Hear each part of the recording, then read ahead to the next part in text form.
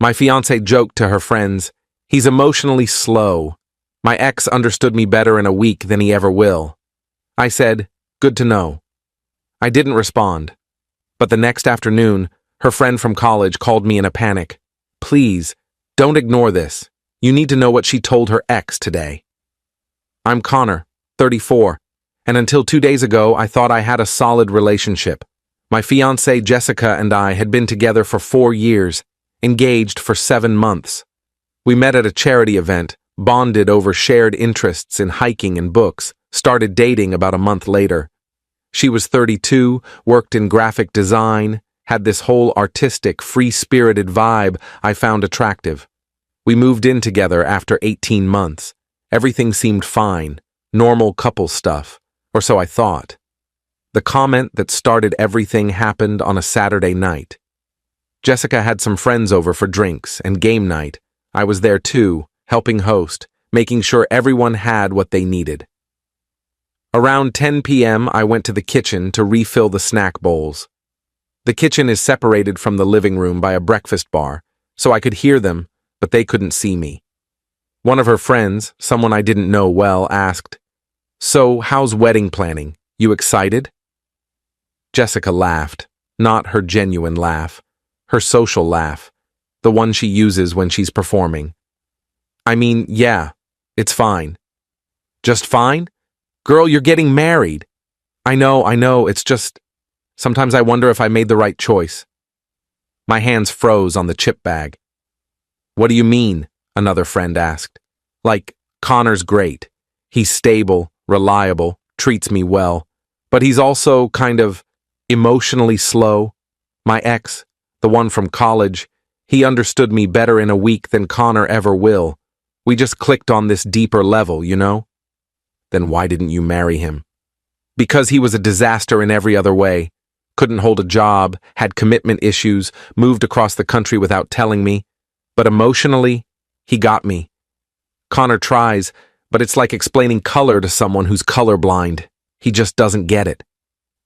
The room went quiet for a second. Then someone said, "Have you talked to him about this?" "What's the point? You can't teach emotional intelligence. Either you have it or you don't." I stood there in the kitchen holding a bag of chips, feeling like I'd been punched. Emotionally slow, doesn't get it, can't be taught.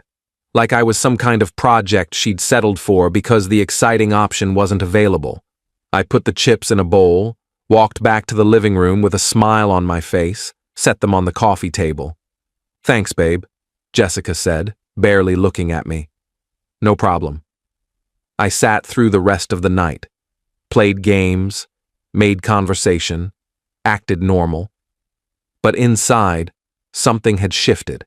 Every interaction with Jessica suddenly looked different through this new lens. Was I really that emotionally deficient? Or was she rewriting our history to fit some narrative where her ex was the one that got away?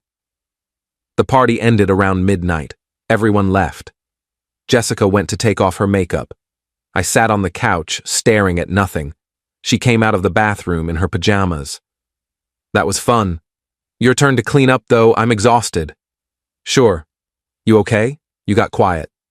"Yeah, I'm fine." "You sure? You seem off." I looked at her. Really looked at her. "I heard what you said." Her face went blank. "What?" "In the kitchen. I heard you talking about me. About how I'm emotionally slow. About how your ex understood you better." She opened her mouth, closed it. "I didn't mean it like that." "How did you mean it?" "I was just venting, making conversation." "You told your friends you wonder if you made the right choice marrying me." "I didn't say that." "You said you wonder if you made the right choice, in the context of our engagement. That's the same thing, Jessica." "You're twisting my words." "Am I?" "Because it sounded pretty clear to me. Your ex got you. I don't. I'm emotionally slow, can't be taught." "I was drunk." "You had 2 glasses of wine over 4 hours." She sat down on the opposite end of the couch. "Okay, fine. Yes, I said those things. But I was just talking. Everyone compares their current relationship to past ones. It doesn't mean anything. It means you're settling. It means you're comparing me to someone else and finding me lacking. That's not, God, you're being so sensitive about this. Sensitive, right. Because I'm emotionally slow, so me being hurt by this must be me overreacting. Connor, please, can we not do this right now? I'm tired. Good to know. What does that mean? It means I heard you, loud and clear. I got up and went to the bedroom. She didn't follow. I heard her moving around the living room, cleaning up from the party. Eventually, she came to bed. I pretended to be asleep. The next morning, Sunday, was tense. We moved around each other like strangers. She tried to start conversations a few times. I gave short answers. Not out of spite. I just didn't know what to say. What do you say to someone who told their friends you're fundamentally inadequate? Around noon, she left to run errands. I sat on the couch with my phone, thinking about the ex she'd mentioned. I'd heard about him before. College boyfriend. Lasted about 2 years. She'd always described him as complicated and said the relationship ended because he moved away. Never mentioned still having feelings for him or thinking he understood her better than I did. I opened Instagram, found her profile, scrolled through her following list until I found someone with the right name and college in his bio. Had to be him. His profile was public. Recent photos showed him at various social events, hiking trips, art galleries, comments from Jessica on about a dozen of them over the past year. Heart emojis. Miss this, on a photo of a mountain view. Remember when we, on a throwback photo. They were still in contact, regular contact. I put my phone down and stared at the ceiling. Update 1, Sunday evening. Jessica came home with groceries. I helped her unload them without talking much. She kept trying to make things normal. Want to watch that show tonight? Maybe. I was thinking we could meal prep for the week. Sure. Connor, come on. Are you going to punish me forever for a stupid comment? I'm not punishing you. I'm processing. Processing what? The fact that my fiancé thinks I'm emotionally deficient and wishes she was with someone else. I never said I wished I was with him. You said he understood you better in a week than I ever will. That's pretty definitive. It was hyperbole. Was it? Because you've been commenting on his Instagram posts for the past year, heart emojis and reminiscing about your time together. Her face went pale. You went through my Instagram? It's public. And before you accuse me of snooping, you're the one who brought him up. I just wanted to see who I was being compared to. I comment on lots of people's posts. Not with Miss This and inside jokes. She put her hands on the counter. Okay, yes. We're still friends. We stayed in touch after college. That doesn't mean anything. Does he know you're engaged? Pause. Of course. Does he know you think he understands you better than your fiancé does? I've never told him that. But you think it. You're impossible right now. She grabbed her keys and left. Didn't say where she was going. I heard her car start and pull away. I made dinner for myself, ate alone, did the dishes, watched TV without really watching it. She came back around 9 p.m., went straight to the bedroom without saying anything. I slept on the couch that night. Monday morning, we both went to work without talking. I spent the day distracted, going through the motions. Kept replaying the conversation in my head, emotionally slow. Her ex understood her better. Can't be taught. Was I emotionally slow? I'd always thought I was pretty in tune with people. I asked Jessica how she was feeling, checked in on her mental state, tried to be supportive. But maybe I was missing something. Maybe there was some deeper level of connection I was incapable of reaching. Or maybe she was romanticizing a college relationship that ended for good reasons and using it as a weapon against me. Monday evening, I got home around 6 p.m. Jessica wasn't there yet. I changed into comfortable clothes, started making dinner. My phone rang around 6:30, unknown number. I answered. Hello? Connor? This is Lauren. We met at the party Saturday night. Lauren. One of Jessica's college friends. I'd talked to her briefly. Oh, hey, what's up? I need to talk to you about something. It's important. Okay. Jessica called me today. She was upset about your fight. Yeah, we've been having a rough couple days. She told me what she said Saturday night, about you being emotionally slow and her ex understanding her better. Great. So you're calling to tell me I'm overreacting? No. I'm calling to tell you she's been in contact with him, her ex, and not just casual friendship contact. My stomach dropped. What do you mean? She called me today asking for advice. Said she'd been talking to him more lately and he'd told her he made a mistake letting her go. That he's in a better place now and wants another chance. And she's considering it. She told me she loves you but doesn't feel that spark with you. That maybe she's been settling for safe when what she really wants is passion. She said that to you today?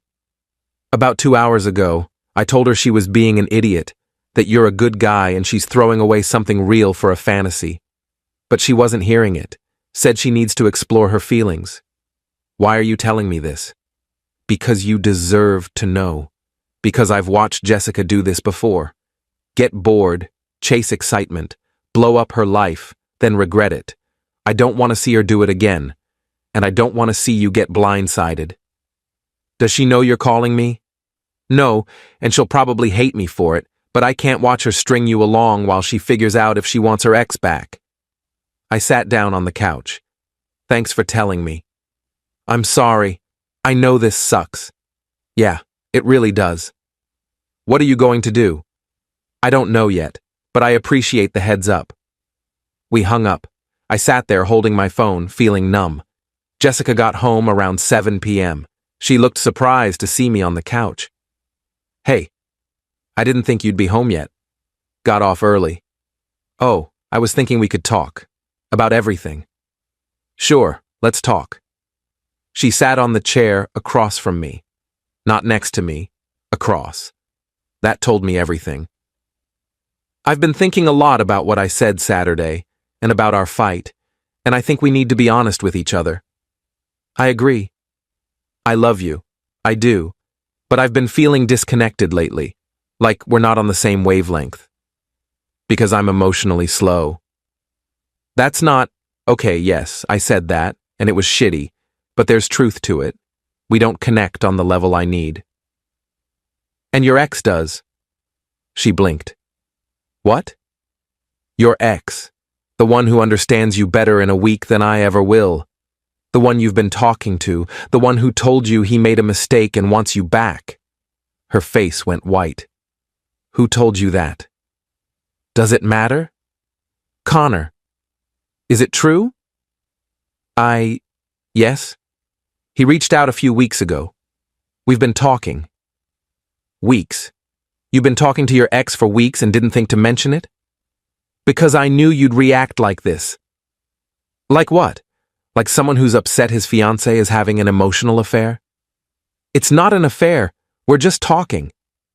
About getting back together. He mentioned it. I haven't agreed to anything. But you're considering it. She looked down. I don't know what I want. Yes, you do.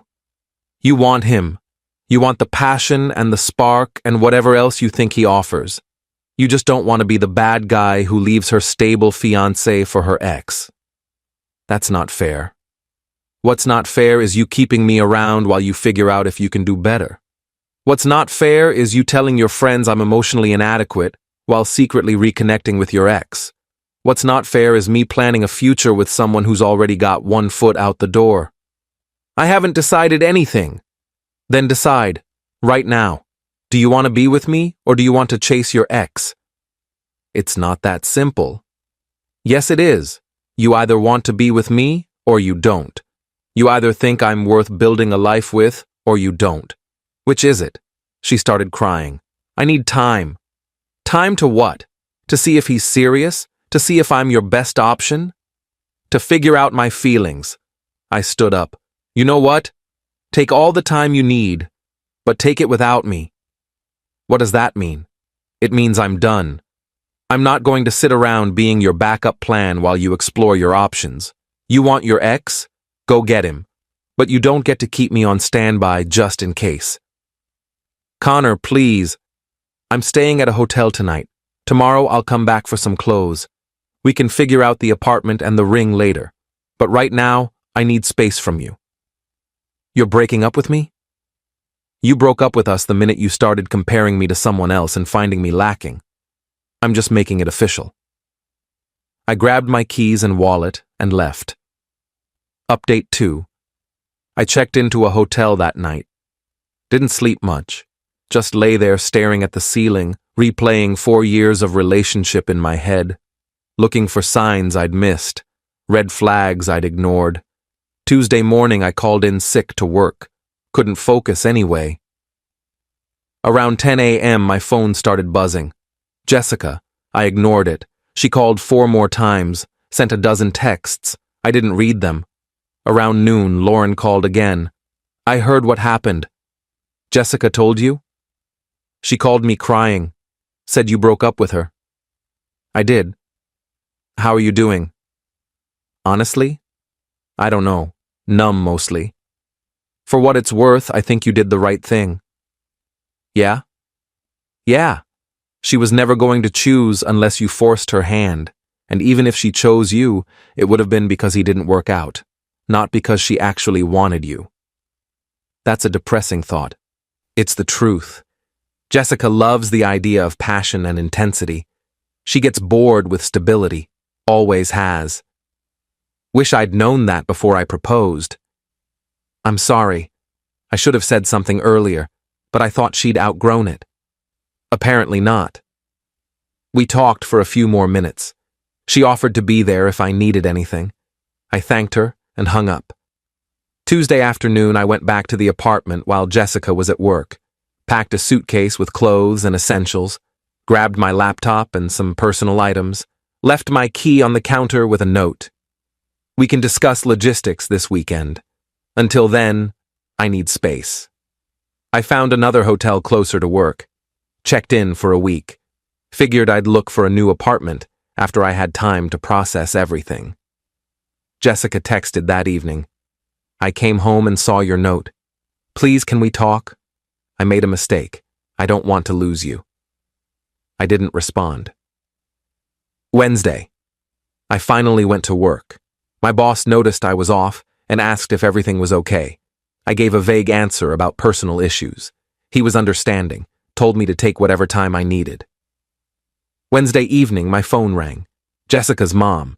I debated not answering, but she'd always been kind to me. Hello? Connor, honey, what's going on? Jessica called me crying, saying you two broke up. We did. She said it's because of some misunderstanding about an old boyfriend. It's not a misunderstanding. She's been in contact with her ex, told her friends she's settling for me, and admitted she doesn't know if she wants to be with me or him. Oh, that's not what she told me. I'm sure it's not. She made it sound like you overreacted to a casual comment. She told her friends I'm emotionally slow, and her ex understood her better in a week than I ever will. Then I found out she's been talking to him for weeks, and he wants her back. That's not a casual comment. That's her checking out of our relationship. Her mom was quiet for a moment. I didn't know all that. I figured, what are you going to do? I already did it. I ended things. I'm not going to be someone's backup plan. I understand. I'm sorry this happened. You're a good man. You deserved better. Thanks. If you need anything, let me know. You're still family to me, regardless of what happens with Jessica. That made me tear up a little. I appreciate that. We hung up. I ordered takeout and watched mindless TV until I fell asleep. Update 3. Thursday morning, I woke up to an email from Jessica. Long, rambling, full of apologies and explanations. How she'd been confused, how she'd made a mistake, how she chose me, how she'd cut off contact with her ex, how we could work through this. I read it twice. Then I deleted it. Thursday afternoon, Lauren called again. Jessica reached out to him. Her ex? Yeah. Told him she was single now and wanted to see where things could go. How do you know? He posted a story about it. Screenshot of their texts, then deleted it. But I got a screenshot before it disappeared. Why would he post that? Because he's an asshole who likes attention. Always was. Can you send me the screenshot? Are you sure? It's not pretty. Send it. She did. I opened it, saw Jessica's messages. We broke up. I told him I needed to explore my feelings. Can we meet this weekend? I miss you. His response, took you long enough, Saturday work? Jessica, perfect. I'll come to you. I stared at that screenshot for a long time. She'd emailed me that morning saying she'd cut off contact with him and chosen me. By afternoon, she was planning a weekend with him. I forwarded the screenshot to Jessica with one line. Hope you find what you're looking for. My phone rang immediately. I declined. She called again, and again. I blocked her number. She tried emailing. I blocked that too. Tried messaging me on social media. Blocked her everywhere. Friday, I took a personal day. Went apartment hunting. Found a decent one-bedroom closer to work. Signed a lease to start the 1st of next month. Felt good to take action instead of just reacting. Friday evening, my phone rang. Jessica's dad this time. Connor, I owe you an apology. For what? For raising a daughter who doesn't know a good thing when she has it. Jessica's mom told me everything. The ex, the comments, all of it. It's not your fault. Maybe not, but I'm still sorry. You were good to her. Good for her. She was an idiot to risk that. I appreciate you saying that. What's your plan now? Moving into a new place in 2 weeks, starting over. Good for you. You'll land on your feet. Guys like you always do. Thanks. If you ever need anything, you call me. Understood? Understood. We hung up. I felt grateful for Jessica's parents. They'd always treated me well. Saturday, I stayed in the hotel room, ordered delivery, watched movies, tried not to think about Jessica spending the weekend with her ex. Failed at that last part. Sunday afternoon, I got a call from an unknown number. Answered without thinking. Connor? Jessica. How'd you get this number? Borrowed a friend's phone. Please don't hang up. What do you want? I need to see you, to explain. There's nothing to explain. I saw the texts. You chose him. It was a mistake. I saw him yesterday and realized within an hour that I'd made a huge error. He's not who I remembered. We have nothing in common anymore. It's not what I wanted. And you think that makes me feel better? That you tried him out and he didn't work, so now you want me back? That's not... I was confused. No, you were selfish. You wanted to have your cake and eat it too. You wanted to keep me around while exploring other options. And when I wouldn't let you, you ran to him. I love you. You love stability. You love having someone who treats you well. But you don't respect me. You don't value me. You see me as safe and boring. I was wrong about that. Maybe, but I don't care anymore. You made your choice. Live with it. Please, can we just meet? Talk face to face? No. Connor? I hung up. Blocked that number too. Final update. It's been 6 weeks. I'm settled into my new apartment. Got my stuff out of the old place while Jessica was at work. Left her half of the shared items, took what was mine. Left the engagement ring on the kitchen counter. Jessica tried reaching out a few more times through mutual friends. I told them all the same thing. I wasn't interested in talking. Eventually, she stopped. I heard through Lauren that Jessica and her ex tried dating for about 2 weeks before it fell apart. Apparently, the passion she remembered was actually just drama and dysfunction. Who would have thought? Lauren also told me Jessica's been telling people I was controlling and gave her an ultimatum. That I broke up with her over a misunderstanding. I don't care. The people who matter know the truth. I've been focusing on myself. Started going to the gym more. Picked up some hobbies I'd let slide during the relationship. Been seeing friends more. Even went on a couple dates. Nothing serious yet, but it's nice to feel wanted without feeling like someone's settling. Weirdest thing is how much lighter I feel. I didn't realize how much energy I was putting into a relationship where I was being compared and found lacking. How much I was trying to be enough for someone who'd already decided I wasn't. I don't hate Jessica. I actually feel kind of sorry for her. She's someone who'll probably spend her whole life chasing intensity and excitement, never realizing that real love is built on the boring stuff, the everyday moments, the stability she found so suffocating. Maybe she'll figure it out someday. Maybe she won't. Either way, it's not my problem anymore. I'm 34, single, starting over. And honestly, I'm okay with that. Better to be alone than to be with someone who sees you as their backup plan.